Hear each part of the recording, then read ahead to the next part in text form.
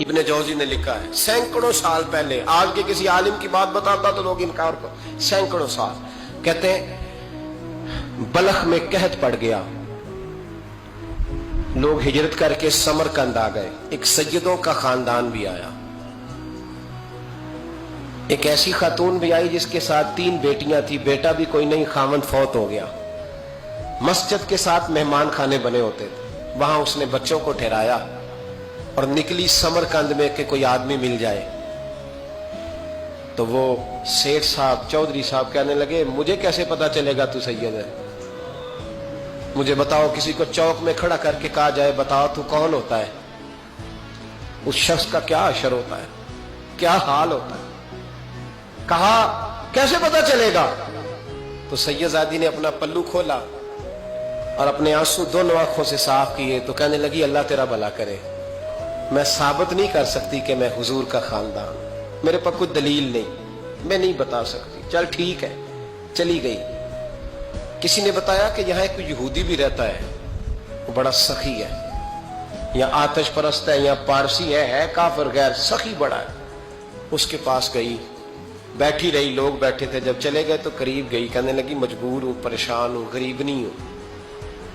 کہنے لگا be be تجھے کبھی دیکھا نہیں، سمرقند کی اتنی آبادی نہیں، میں سارے شہر، تو کون ہے؟ تو کہنے لگی تعارف نہ ہی پوچھے تو اچھا ہے۔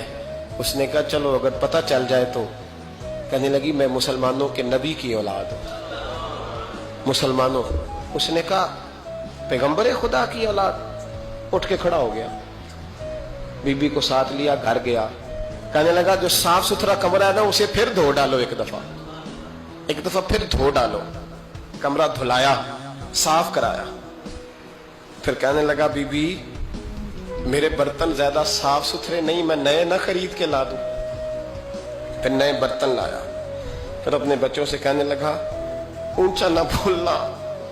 کہ سیدہ فاطمہ کی شہزادیاں آئی، یہاں کوئی شخص اونچی بات نہ کرے۔ پھر کہنے لگا بی بی جو میرا بالکل طیب اور حلال رزق ہے نا، یہ اس میں سے لنگر ہے، لیکن چونکہ میں غیر مسلم ہوں، مجھے سلیقے نہیں آتے، جیسا تیسا بھی ہو نا اسے قبول کر لینا۔ خاتون کو کہنے لگا یہ گھر ہے، جب تک جی چاہے یہاں رہنا، اور دیکھنا ہو سکے تو رات اپنے نبی سے سفارش کرنا، میرا بھی کوئی مسئلہ، میری بھی کوئی قبولیت کہیں ہو جائے۔ وہ مسلمان کہلانے والا